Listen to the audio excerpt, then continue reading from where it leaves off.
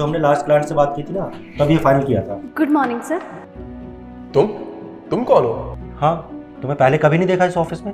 साहब वो हमारे पिताजी यहाँ काम करते हैं। आजकल उनकी तबीयत ज़्यादा खराब है, इसलिए उनकी जगह हम आए।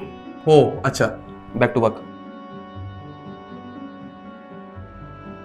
साहब वो पुराना हिसाब बाकी था पिताजी का, वो कब मिलेगा?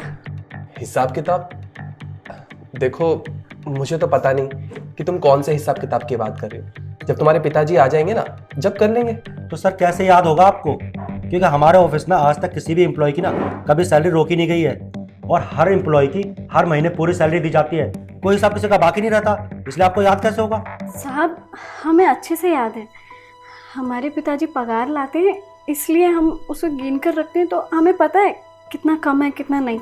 और साहब पिछले महीने का जो है वो है 350 कुछ रुपया, और सर उससे पहले जो है वो है 530 रुपये, और जो उससे पहले है उसका 450। अरे वाह, तुम्हें तो एग्जैक्ट अमाउंट याद है। सर याद क्यों नहीं होगा? घर से पूरी तैयारी करके जो आई है। इसने सोचा होगा कि साहब तो बहुत भोले हैं, क्योंकि उसके पापा ने बता दिया होगा ना, तो उसने सोचा होगा कि सुबह पापा की जगह ऑफिस जाऊंगी और साहब से पैसे ऐट लूंगी। नहीं सर, वो क्या है ना। चुप कर। सर मैं इन जैसे लोगों को बहुत अच्छे से जानता हूँ। ये लोग ना बस ऐसे ही होते हैं, अपने गरीबी का ना बहाना करते हैं, और ये भोली से शक्ल लेके ना बड़े लोगों के सामने खड़े हो जाते हैं, और इन लोगों की हालत देखकर ये सोचते हैं कि हम लोग इन पर तरस खा के इनको पैसे दे देंगे। सर ये आपकी शरीफाई का ना फायदा उठा रही है, आप इसकी बातों में मत आना। अच्छा चल ठीक है, तो इतनी होशियार है ना, अपने आप को बहुत ज्यादा समझदार समझती है। सर ये क्या कह रही थी? घर से सारा हिसाब किताब करके आई है, तो ठीक है, तुझे सब कुछ याद रहता है, तो मैं तुझसे ना कुछ सवाल पूछता हूँ, तो मुझे बता दे, तो मैं समझ जाऊंगा तू बहुत होशियार है। अच्छा ये बता कि 445, 530 और 333 कितने होते हैं? सनी थोड़ा धीरे बोलो ना, मुझे कैलकुलेटर तो खोलने दो। 1308। अरे वाह, तुमने तो बिल्कुल ठीक जवाब दिया, इतनी जल्दी। हाँ हाँ सर, अरे तुक्का लग गया होगा, ऐसे इसके मन में कुछ भी आया इसने बोल दिया होगा और तुक्का लग गया। सर कोई बात नहीं, मैं इससे एक सवाल और करता हूँ, पता चल जाएगा सर कि ये तुक्का मार रही है या सच बोल रही है। अच्छा ये बता, 620, 548 और 458 कितने होते हैं? 1626। बिल्कुल सही बताया इसने। सनी देखो, इसने बिल्कुल ठीक बताया। हाँ सर, एक बार तुक्का लग सकता है, लेकिन बार बार तो तुक्का नहीं लग सकता।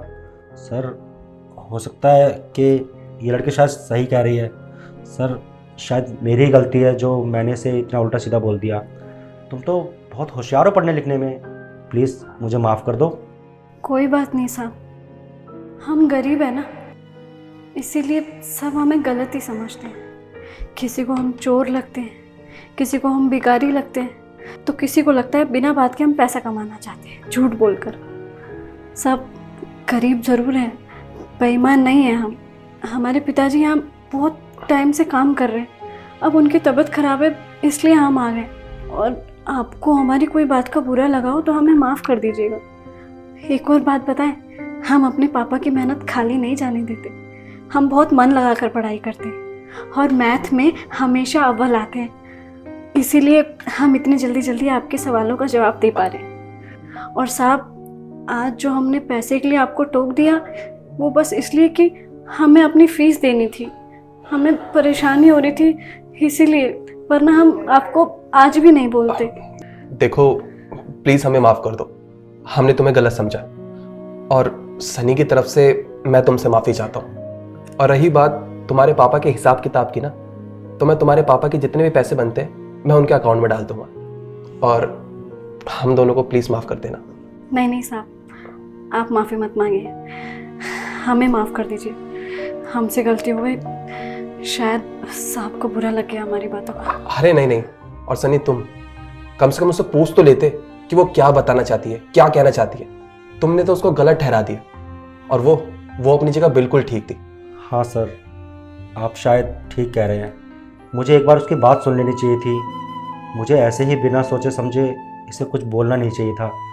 सबकी अपनी अपनी परेशानियाँ होती हैं सर, हम लोग तो यहाँ पर इतनी अच्छी नौकरी करते हैं, अच्छी सैलरी मिलती है, हमारा घर इतना अच्छा चलता है, पर सबके साथ ऐसा नहीं होता, सबकी लाइफ सेम नहीं होती है। शायद मेरी ही गलती है जो मैंने इसे इतना कुछ कह दिया। प्लीज़ हो सके तो मुझे माफ़ कर देना। नहीं साहब, आप माफ़ी मत मांगे। हम छोटे हैं, हम शायद आपसे ज़्यादा बोल गए, पर हम भी गलत नहीं है साहब। वो ज़रूरत थी बस, इसलिए बोल दिया। तुम अपनी जगह बिल्कुल ठीक थी। अब तुम जाओ और मैं पैसे डलवा दूंगा। जी साहब, धन्यवाद।